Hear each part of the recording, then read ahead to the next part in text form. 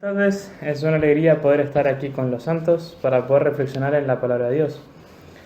En este día me gustaría meditar en la siguiente pregunta: ¿cuál es el propósito del consuelo que recibimos de parte de Dios, nuestro Padre?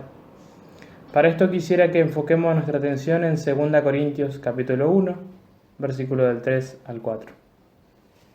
Dice así: Bendito sea el Dios y Padre de nuestro Señor Jesucristo, Padre de misericordias y Dios de toda consolación, el cual nos consuela en todas nuestras tribulaciones, para que también nosotros podamos consolar a los que están en cualquier aflicción, dándoles el consuelo con que nosotros mismos somos consolados por Dios.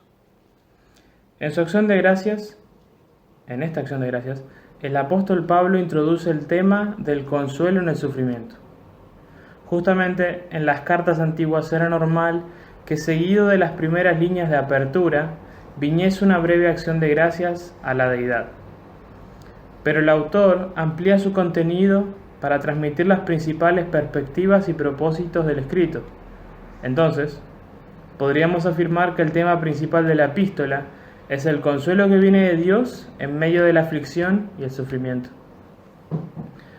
Cuando escribe «Bendito sea el Dios y Padre de nuestro Señor Jesucristo», aquí el apóstol se identifica a sí mismo con su audiencia, al decir «nuestro», y resalta ciertos aspectos del carácter de Dios en relación a la necesidad de los creyentes en medio del sufrimiento.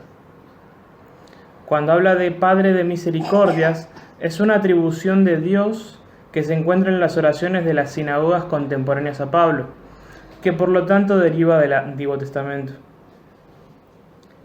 En lugar de dar su usual oración de gratitud por su audiencia, como lo hace en Romanos y en 1 Corintios, nos sorprende con una bendición, la cual sigue la forma tradicional de la sinagoga judía, pero que tiene un elemento diferenciador: el identificar a Dios como Padre del Mesías.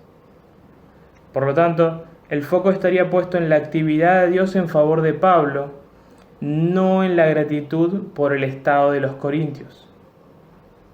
En esta doxología introductoria, el apóstol resalta dos aspectos del carácter de Dios que han venido a valorar en mayor profundidad como resultado de su necesidad personal y de la respuesta divina.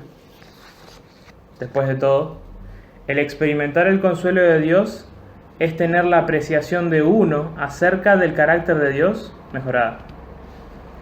El Dr. Colin Kruse explica que la consolación final de los hijos de Dios espera al día de la revelación de Jesucristo en gloria, pero que debido a que la era mesiánica ha sido inaugurada por Jesús, el Mesías de Israel, en su primera venida, los creyentes experimentan consuelo en este tiempo presente como un adelanto de la consolación final.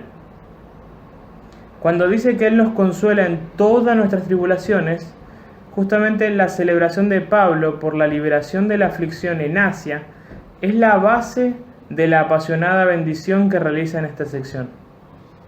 Él argumenta su enunciado basándose en su propia experiencia sobre el sufrimiento y el alivio que Dios le ha traído en medio de este. Todas y cada una de las miserias que Pablo vivió fueron atendidas por el consuelo de parte de Dios. Ya sean sus repetidas prisiones, en los azotes que le fueron administrados, en el naufragio y aún en el apedramiento, él siempre lo experimentó.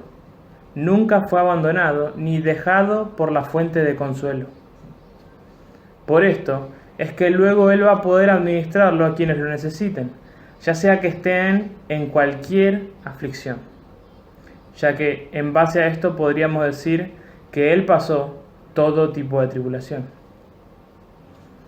Cuando dice que para que también nosotros podamos consolar a los que están en cualquier aflicción, el término consolar es el concepto que domina los versículos del 3 al 7, donde se repite unas 10 veces por lo menos.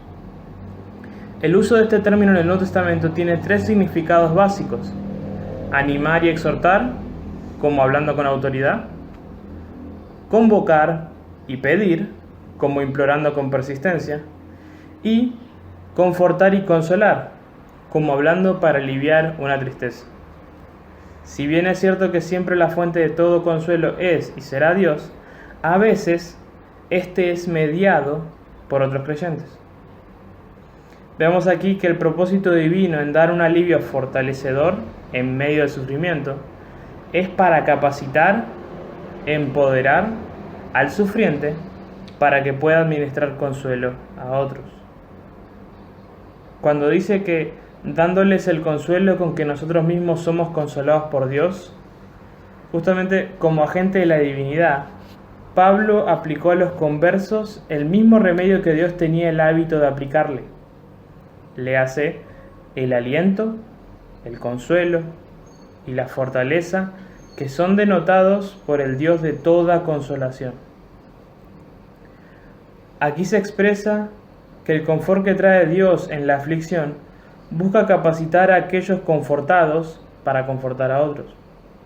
El consuelo de Dios debe generar compasión en el interior de la persona, que es sujeto pasivo de la acción divina. Esto lo debe de impulsar a llevar a otros al consuelo que hay solamente en Dios, ya que el propósito del favor divino no es que éste culmine en el receptor primario, sino que sea compartido para con todos los necesitados. En base a esto quiero dejarles 3 aplicaciones prácticas. 1.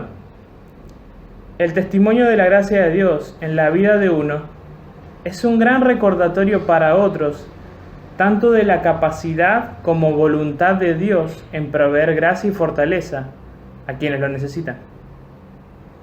Así como el apóstol Pablo, debemos de ser capaces de identificarnos con los demás creyentes que sufren.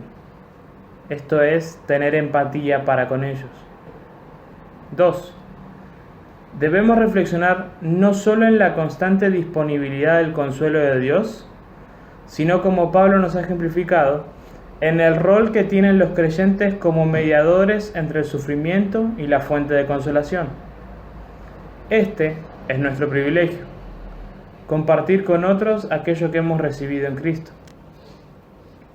Y tercero y último, animémonos a entender el papel divinamente ordenado que el sufrimiento tiene en la vida de los escogidos por Dios.